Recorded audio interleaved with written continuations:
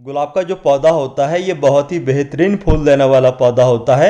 मेरे हिसाब से हर प्लांट लवर के पास गुलाब का पौधा ज़रूर होता है और सभी चाहते हैं कि गुलाब के पौधे पर हमेशा फूल आते रहें, लेकिन ऐसा नहीं होता है। कभी कभी तो बहुत सारे फर्टिलाइज़र इस्तेमाल करने के बाद भी गुलाब के पौधे पर फूल नहीं आते हैं। तो दोस्तों, जैसे कि सामने आप हमारा ये गुलाब का पौधा देख रहे हैं, इस गमले में लगा हुआ हमारा ये गुलाब का पौधा ठीक ठाक ग्रोथ कर रहा है, लेकिन हमारे इस गुलाब के पौधे पर फूल नहीं आ रहे हैं। लेकिन अगर आपके भी गुलाब के पौधे पर इस तरीके से फूल नहीं आ रहे हैं, तो दोस्तों आज की इस वीडियो में हम आपको बताएंगे एक ऐसा ऑर्गेनिक फर्टिलाइज़र जिसके इस्तेमाल करने से आपके गुलाब के पौधे पर फूल आना शुरू ही नहीं होंगे, बल्कि गुलाब का पौधा फूलों से ढक जाएगा। तो अगर आप चाहते हैं अपने गुलाब के पौधे पर ढेर सारे फूल प्राप्त करना, तो आज की हमारी इस वीडियो को आप कंप्लीट देखें। वीडियो को आप बीच बीच में से बिल्कुल स्किप न करें। इसके अलावा अगर आप हमारी ये वीडियो फेसबुक पर देख रहे हैं तो हमारे पेज को लाइक, अगर यूट्यूब पर देख रहे हैं तो हमसे जुड़ने के लिए हमारे चैनल को सब्सक्राइब ज़रूर कर लें। इस गमले में लगे हुए हमारे इस गुलाब के पौधे पर फूल नहीं आ रहे हैं, इसके लिए हम फर्टिलाइज़र तो इस्तेमाल करेंगे ही। वो कौन सा फर्टिलाइज़र है इसके बारे में भी हम आपको इस वीडियो में बताने जा ही रहे हैं। लेकिन यहाँ पर मैं आपको बताना चाहता हूँ, गुलाब के पौधे का जो सही सीजन होता है फ्लावरिंग का, वो होता है अक्टूबर से लेकर के लास्ट अप्रैल तक। इस दौरान गुलाब के पौधे पर बहुत ही अच्छी तरीके से फ्लावरिंग होती है। अक्टूबर से लेकर के लास्ट फरवरी तक आप अपने गुलाब के पौधे में तरह तरह का फर्टिलाइज़र इस्तेमाल कर सकते हैं। लेकिन यहाँ पर एक बात का ये जानना जरूरी है, गुलाब के पौधे की जो कटाई छटाई का सही समय होता है वो अक्टूबर से लेकर के लास्ट अप्रैल तक का होता है। यानी कि आप अक्टूबर में और लास्ट अप्रैल में साल में 2 बार गुलाब के पौधे की हार्ड प्रूनिंग या फिर सॉफ्ट प्रूनिंग कर सकते हैं। अगर आपका गुलाब का पौधा 3 से 4 साल पुराना है तो आप अपने गुलाब के पौधे की हार्ड प्रूनिंग कर सकते हैं। इसके अलावा अगर आपका गुलाब का पौधा 1 या 2 साल का है या इससे कम एज का है तो आप अपने गुलाब के पौधे की हार्ड प्रूनिंग न करें, बल्कि सॉफ्ट प्रूनिंग करें। इससे क्या होगा कि आपके गुलाब के पौधे पर काफ़ी सारी नई नई ब्रांचेस निकलेंगी और उन पर ज़्यादा फूल आएंगे। इस गमले में लगा हुआ हमारा ये गुलाब का पौधा 4 साल पुराना है और इस गुलाब के पौधे की हमने 1 महीने पहले हार्ड प्रूनिंग की थी। हार्ड प्रूनिंग करने के बाद हमारे इस पौधे की ग्रोथ तो हो चुकी है, लेकिन इस पर फूल नहीं आ रहे हैं। फूल लाने के लिए चलिए सबसे पहले हम पौधे की मिट्टी की गुड़ाई करेंगे और गुड़ाई करने के बाद इस पौधे की मिट्टी में फर्टिलाइज़र इस्तेमाल करेंगे। फर्टिलाइज़र वो कौन सा होगा इसके बारे में हम आपको वीडियो के लास्ट में बताएंगे। इससे पहले चलिए फर्टिलाइज़र इस्तेमाल कर लेते हैं। यहाँ पर एक बात का ये भी जानना जरूरी है, अक्टूबर से लेकर के लास्ट अप्रैल तक आप गुलाब के पौधे को डायरेक्ट धूप में रखें। इसके अलावा पूरे साल आप इसको ग्रीन नेट के नीचे रखें। इस गमले में लगे हुए हमारे इस गुलाब के पौधे में जो हमने फर्टिलाइज़र इस्तेमाल किया था, उस फर्टिलाइज़र को इस्तेमाल किए हुए पूरे 25 दिन का समय हो चुका है। 25 दिन के बाद जैसे कि आप लोग देख सकते हैं, हमारे इस गुलाब के पौधे पर काफ़ी सारी नई नई ब्रांचेस निकल चुकी है, नई नई ग्रोथ स्टार्ट हो चुकी है और आने वाले समय में इस पर फूल भी बहुत सारे लगेंगे, क्योंकि अभी से ही लग रहा है पौधे की ग्रोथ को देख करके। तो यहाँ पर हमने फर्टिलाइज़र को इस्तेमाल किए हुए 25 दिन हो चुके हैं और 15 दिन के बाद हमने फिर से वही फर्टिलाइज़र इस्तेमाल किया था। आप एक बार फर्टिलाइज़र इस्तेमाल करें, उसके बाद में आप 15 दिन के अंतराल पर उस फर्टिलाइज़र को इस्तेमाल कर सकते हैं। वैसे आप चाहें तो अच्छे रिजल्ट के लिए 7 दिन के बाद भी उस फर्टिलाइज़र को इस्तेमाल कर सकते हैं।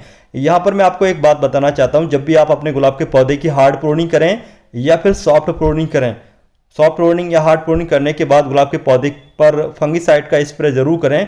इससे आपके गुलाब के पौधे पर फंगस का प्रॉब्लम जो होती है वो नहीं होगी। इसके अलावा गुलाब के पौधे में कटाई छटाई करते समय ध्यान रखें, आसमान साफ होना चाहिए, अच्छी धूप खिली होनी चाहिए। अगर बारिश का सीजन होगा तो गुलाब के पौधे में कभी भी हार्ड प्रूनिंग ना करें। जैसे कि बादल छाए होते हैं, बारिश का चांस होता है, तब गुलाब के पौधे में किसी भी तरीके की हार्ड प्रूनिंग या सॉफ्ट प्रूनिंग नहीं करना चाहिए, क्योंकि फंगस लगने के ज़्यादा चांस होते हैं। इससे आपका गुलाब का पौधा खराब हो सकता है। इसके अलावा गुलाब के पौधे की जब नई नई ग्रोथ स्टार्ट होती है तो बीमारियां भी बहुत सारी लगती हैं।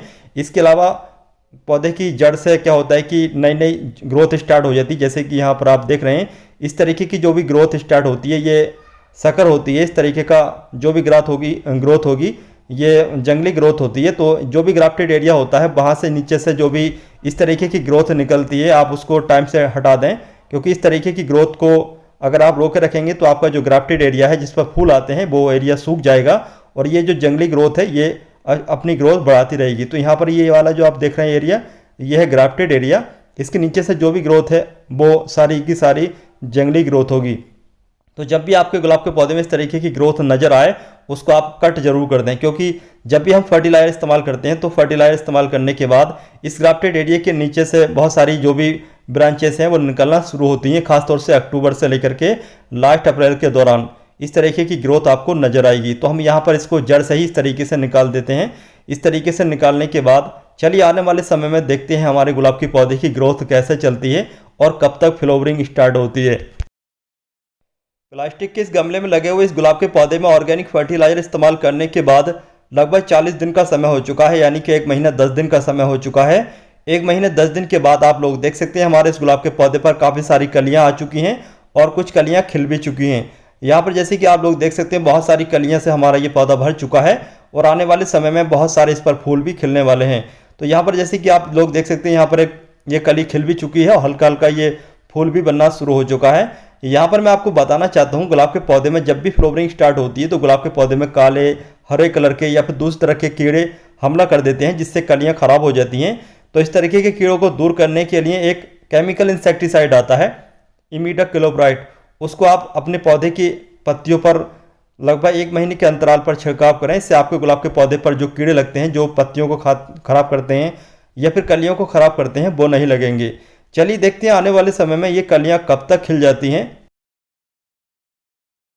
इस गमले में लगे हुए इस गुलाब के पौधे में फर्टिलाइजर इस्तेमाल करने के लगभग 1 महीना 20 दिन के बाद का ये रिजल्ट है। जैसे कि आप लोग देख सकते हैं जो हमारे इस गुलाब के पौधे पर कलियां आई थी वो कलियां धीरे धीरे खिल चुकी हैं और यहाँ पर खिलने के बाद फूल भी काफ़ी सारे बन चुके हैं। इसके अलावा अभी भी काफ़ी सारी कलियां आ रही हैं। अब हम बात करेंगे अपने इस गुलाब के पौधे में हमने वो कौन सा फर्टिलाइजर इस्तेमाल किया था जिसके इस्तेमाल करने से हमारा ये गुलाब का पौधा फूलों से और कलियों से भर चुका है। चलिए उस फर्टिलाइजर के बारे में बात करते हैं। तो दोस्तों ये है वो ऑर्गेनिक फर्टिलाइजर जिसको हमने अपने गुलाब के पौधे में इस्तेमाल किया था। इस ऑर्गेनिक फर्टिलाइजर के इस्तेमाल करने से हमारे गुलाब के पौधे की ग्रोथ तो चली ही, इसके अलावा बहुत सारी कलियाँ और फूल भी आ चुके हैं जैसे कि आपने देखा था। अब चलिए बात करेंगे इस फर्टिलाइजर को कैसे इस्तेमाल करना चाहिए और कब कब इस्तेमाल करना चाहिए। इसके अलावा यहाँ पर मैं आपको बता दूँ इस फर्टिलाइजर को हमने ऑनलाइन रामविलास सिंह जी से खरीदा है। अगर आप भी चाहते हैं इस फर्टिलाइजर को खरीदना तो यहाँ पर स्क्रीन पर नंबर आ रहा होगा, आप उस नंबर पर बात करके इस ऑर्गेनिक फर्टिलाइजर को अपने घर पर मंगा सकते हैं। यहाँ पर इस फर्टिलाइजर को इस्तेमाल करने से पहले आपको चाहिए 1 लीटर पानी। यहाँ पर हमने 1 लीटर पानी ले रखा है और इस फर्टिलाइजर को इस्तेमाल करने से पहले आपको अच्छी तरीके से हिला लेना होगा। हिलाने के बाद ही इसको इस्तेमाल करना चाहिए।